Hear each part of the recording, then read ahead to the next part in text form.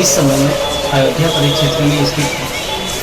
यहाँ पर बलिया से आए हुए कुछ सदस्य हमारे साथ मौजूद हैं। मैं इनसे जानना चाहता हूँ, क्योंकि सन 2024 का चुनावी गिनी बच चुका है और सन 2024 में जो जनता है वो किसी प्रधानमंत्री के रूप में देखना चाहती है और प्रधानमंत्री किसको बनाना चाहती है, इसी बारे में बात करते हैं।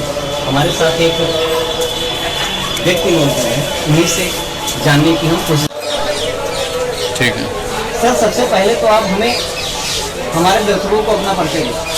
नरेंद्र प्रताप सिंह मेरा नाम है। मैं नगरा बलिया का रहने वाला हूँ। इस समय आप किस जगह पे उपस्थित हैं? ये भगवान राम की एक वो स्थली है जहाँ अंतिम समय में भगवान राम ने जल समाधि लेकर अपने जीवन का महानिर्वाण को प्राप्त किए थे और उसी का हम लोग दर्शन कर रहे हैं कि प्रभु राम ने कहाँ अपने जीवन का अंतिम समय व्यतीत किया। सन 2024 में किसके सर पे प्रधानमंत्री का ताज आप देखना पसंद करते हैं? कारण बताएं, क्योंकि अन्य भी पार्टियां। देखिए, कारण ये है कि कोई व्यक्ति स्थिर नहीं है कि वही देश का प्रधानमंत्री है, लेकिन मोदी का कोई विकल्प नहीं है। विकल्प के अभाव में मोदी जी देश के प्रधानमंत्री के लिए सबसे उपयुक्त प्रत्याशी हैं, संयोग्य व्यक्ति। उनके स्तर का कोई विपक्ष का न नेता है और न कोई पार्टी है, इसीलिए मोदी ही देश के प्रधानमंत्री के लिए सबसे उपयुक्त। अगर हम बात करें भारतीय जनता पार्टी की, क्योंकि आपने कहा कि प्रधानमंत्री जी को मैं ही सन 2024 में दोबारा प्रधानमंत्री बनाना चाहता हूँ। हालांकि सरकार ने काफ़ी जो है कल्याणकारी योजनाएं धरातल पर लाके चलाई हुई हैं और उसका लोगों को लाभ भी मिल रहा है। जैसे जो है राशन हो गया, जिसके पास रहने के लिए घर नहीं था, आवास है, घर भी आवास है, आवास स्वास्थ्य बीमा है, तरह तरह की योजनाएं चल रही हैं जो आम जनमानस तक पहुंच रही है और आम जनमानस इसका लाभ ले रहा है। देखिए, हम लोगों को सबसे बड़ा लाभ ये है कि देश सुरक्षित है, हम सुरक्षित है और विकास के मार्ग पर अग्रसर, इसलिए हम लोगों को किसी दूसरे को तब हम चाहेंगे जब उसके अंदर ये मुझको परिलक्षित हो कि देश का संचालन या विकास की गति को वो मोदी से अच्छा संचालन कर पाएगा, तब हम उसके ऊपर विचार करेंगे। फिलहाल विपक्ष के किसी भी पार्टी के अंदर ऐसे नेताओं का अभाव है, इसलिए हम लोग मोदी को देश का अगला प्रधानमंत्री के लिए सबसे उपयुक्त व्यक्ति मानते हैं। जिस तरीके से आपने बताया कि प्रधानमंत्री नरेंद्र मोदी जी 5 वर्ष ये जो गुजरा है, इससे पहले भी वो रह चुके हैं, उन्होंने बहुत अच्छा कार्यकाल किया है और कोई विकल्प आपके पास नजर नहीं आ रहा। उनके बारे में, प्रधानमंत्री जी के बारे में एक दो चीज़ें मैं आपसे ये जानना चाहता हूँ कि क्या ऐसी चीज़ आपको ऐसी लगी उनके अंदर कि जिससे फिर दोबारा से आप प्रधानमंत्री उनको बनाना चाहते हैं? मैं पहले ही तो कहा है आपसे कि देश भी सुरक्षित है, धर्म भी सुरक्षित है। जो बहुत दिनों से गरीब तबके के लोग थे, जो विकास की गति से दूर हो गए, जिनको आवास नहीं मिल रहा था, कोरोना काल का एक ऐसा समय आया था, उस समय में लोगों को भुखमरी के कगार से जूझना पड़ा, लेकिन वैसे परिस्थितियों में भी प्रधानमंत्री ने और प्रदेश के मुख्यमंत्री योगी जी ने लोगों का भरपूर सहयोग किया। कोई भी व्यक्ति ऐसा नहीं हुआ जो कोरोना काल में एक कह कि मैं भोजन और दवा के अभाव में मैंने मुझको परेशानी हुई, चाहे वो मृत्यु का सामना किया। आपने बात योगी आदित्यनाथ जी की भी की है, क्योंकि आप प्रेजेंट टाइम में अयोध्या में ही मौजूद हैं, आप बलिया से आए हुए हैं। मुख्यमंत्री योगी आदित्यनाथ का शासन आपको कैसा लगता है? तो आज की समय के लिए एक उदाहरण है, देश के लिए उदाहरण है, प्रदेश के उदाहरण के लिए उदाहरण नहीं है। अगर मैं यही चाहूँगा कि देश के हर प्रदेश का मुख्यमंत्री योगी है। आप अयोध्या में उपस्थित हैं, आपने राम मंदिर का दर्शन किया, क्योंकि ऐसा मंदिर मेरे हिसाब से तो शायद ही विश्व में कहीं बना होगा। आपने राम मंदिर के अंदर जब आप पहुँचे हैं, रामलला का आपने दर्शन किया, राम मंदिर के बारे में आपका क्या कहना है? देखिए, राम मंदिर आपको जो देखने में दिखाई दे रहा है वह भूतपूर्व दिखाई दे रहा है। मंदिर अभी पूर्ण रूप से बन के तैयार नहीं हुआ है, जिस दिन वो पूर्ण रूप से बन के तैयार हो जाएगा निश्चित रूप से वो मैं कह सकता हूँ कि विश्व के लिए एक देखने की अद्भुत चीज़ हो, इसमें कोई दो राय नहीं है। और योगी जी की बात एज ए मुख्यमंत्री नहीं, वो एक मठ के मठाधीश्वर भी हैं, तो योगी जी की भी जितनी प्रशंसा की जाए कम है। आज विपक्षी ये भी कहते हैं कि जो राम मंदिर का मुद्दा है या जो राम मंदिर का उद्घाटन हो गया वो बहुत जल्दबाजी में हो गया, और दूसरी चीज अभी राम मंदिर का पूरा कार्य भी पूरा नहीं हुआ। इस बारे में आपका क्या कहना है? देखिए, यही विपक्ष वाले बहुत बोले ये कहते हैं, आप लोग ये कहते हैं कि मंदिर वहीं बनाएंगे लेकिन तारीख नहीं बताएंगे, तो तारीख भी बन गया, बता दिया गया और उसका शुभारंभ भी हो गया। ये बात सत्य है कि मंदिर पूर्ण रूप से नहीं बना है, लेकिन आधा से अधिक मंदिर बन चुका है। कभी कभी परिस्थितियाँ आती हैं कि आदमी घर बनवा लेता है, लेकिन अगर गृह प्रवेश के लिए सही समय न हो तो उसका गृह प्रवेश थोड़ा पहले भी कर दिया जाता है। कोई भी देखिए, चाहे मोदी जी हों चाहे योगी जी, ये सभी लोग राजनीति से जुड़े हुए हैं। योगी जी भी संत जरूर हैं, लेकिन आज वो प्रदेश के मुख्यमंत्री हैं। हर व्यक्ति ये चाहता है कि मैं जो 5 साल 10 साल जो मैं अपना अच्छा या बुरा काम किया हूँ वो जनता के बीच में जाए और जनता मुझको उसके आधार पर मतदान करे। सबका उद्देश्य जीतना है, ये साइकोलॉजी है।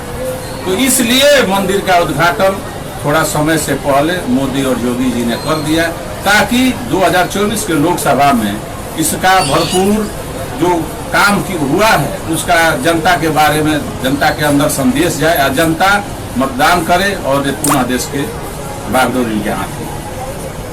जिस तरीके से देखा जाए तो बीजेपी के राज में आज तक जितने भी पेपर हुए हैं उसमें अधिक पेपर लीक हो गए हैं। इस बारे में आपका क्या कहना है? देखिए, ये तो पुरानी व्यवस्था है, पेपर लीक पहले भी होते थे, लेकिन ये है कि सरकार के लोग मिलजुल के उसको दबा देते थे। अब प्रदेश की सरकार एक ऐसे आदमी के हाथ में है जिसको उस लीक से कोई मतलब नहीं है, वो खुद इसका बहुत बड़े विरोधी हैं। पहले तो नौकरियों का आवंट निकलती थी और लोग जिलों पर घूम के उसका आवंटन भी कर देते थे। आज ये कोई कहने वाला नहीं है कि नौकरी का आवंटन कोई प्रदेश का मुख्यमंत्री कर रहे हैं चाहे उनके कोई मंत्री कर रहे हैं। गलतियां हो रही हैं, लेकिन उसको सरकार उस पर दृढ़ विश्वास के साथ उसको पकड़ भी रही है और जो लोग उसमें संदिग्ध हैं उनका समुचित इलाज भी हो रहा है।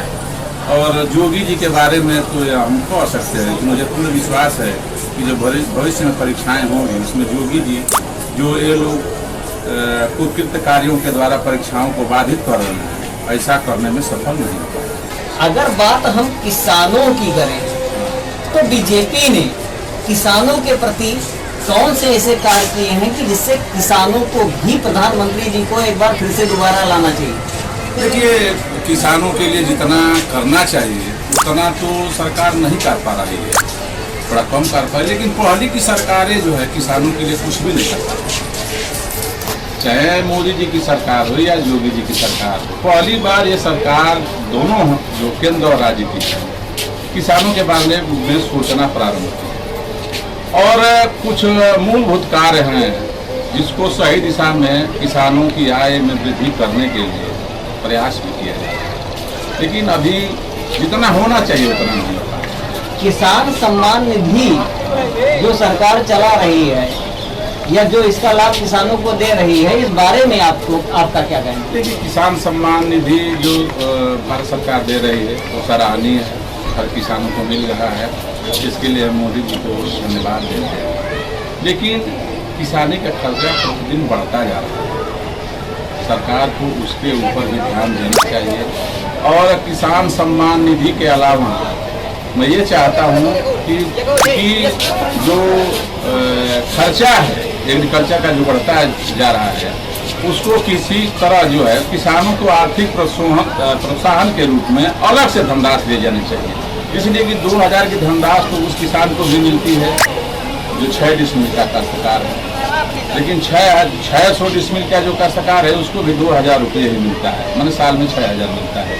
तो 600 डिसमिल के काश्तकार को या 2 हेक्टेयर से ऊपर के किसान को 6,000 रुपया सालाना की जो राशि है वो बहुत कुछ नहीं है। छोटे किसानों के लिए तो थोड़ा आर्थिक सहयोग हो जाता है। जब हमारी टीम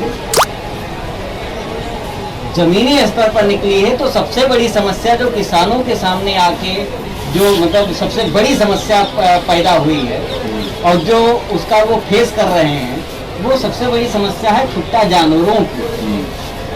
आपकी क्या मांग है सरकार से छुट्टा जानवरों की? देखिए, छुट्टा जानवरों के बारे में राय तो है कि छुट्टा जानवरों से किसानों को काफ़ी नुकसान हो रहा है।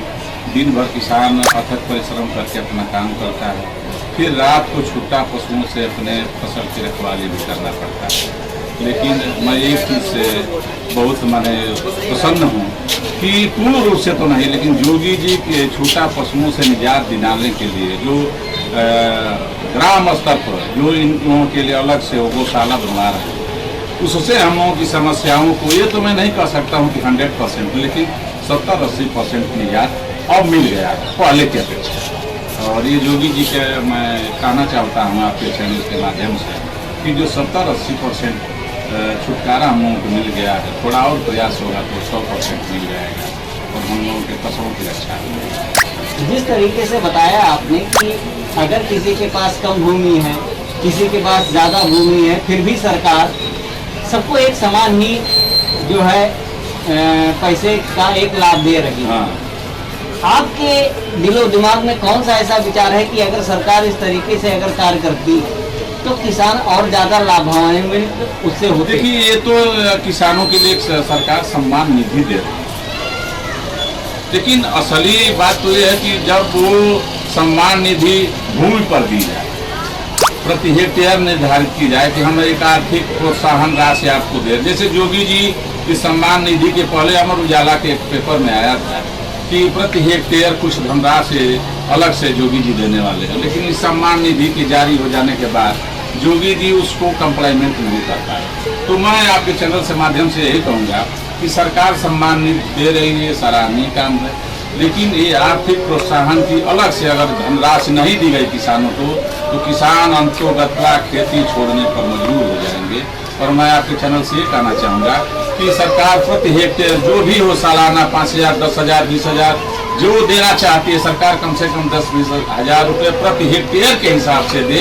ये तो सम्मान निधि 6 डिसमिल वाले को भी मिलती है, 3 डिसमिल वाले को भी मिलती है, 3,000 डिसमिल वाले को भी मिलती है। तो 3 डिसमिल 6 डिसमिल वाले के लिए तो कुछ हो जाता है, लेकिन 600 डिसमिल वाले के लिए, 900 डिसमिल वाले के लिए उस सम्मान निधि का कोई मतलब नहीं रहता।